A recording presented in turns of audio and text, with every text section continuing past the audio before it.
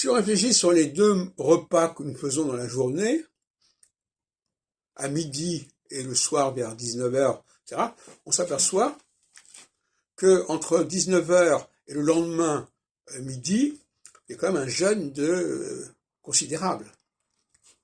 Alors certains diront, oui, mais il y a le petit déjeuner, qui a le même sens que le déjeuner, c'est-à-dire le fait de mettre fin au jeûne, d'où l'expression calquée sur le français du breakfast. Et, c'est-à-dire ce qui casse le jeûne. Et donc, on peut se poser la question, d'un point de vue naturopathique ou diététique, de savoir s'il ne faudrait pas avoir le déjeuner par excellence au réveil et le dîner au coucher. Enfin, l'un à 9h, l'autre à 19h, l'un à 7h, l'autre à 19h.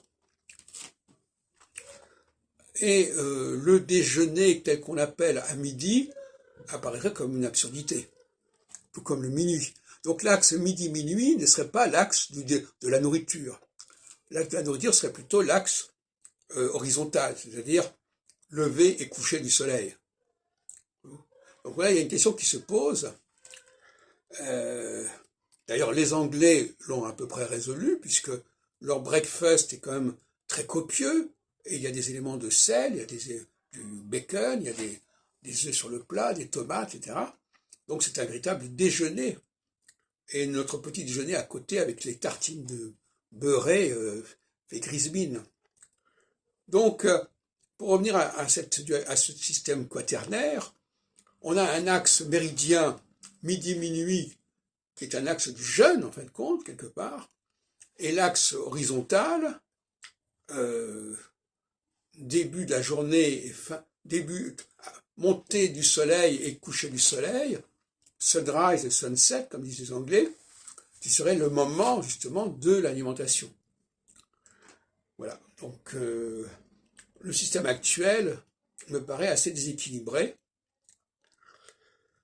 Et de la même façon, on nous dit qu'il faut éviter de manger avant de se coucher. Donc le moment du coucher n'est pas le moment de l'alimentation. 19h, c'est pas 23h ou 24h. C'est pas le souper. Alors nous, les Français ont inventé le déjeuner et le souper, qui sont liés au midi et au minuit, quelque part. Je ne pense pas que ce soit une très bonne idée.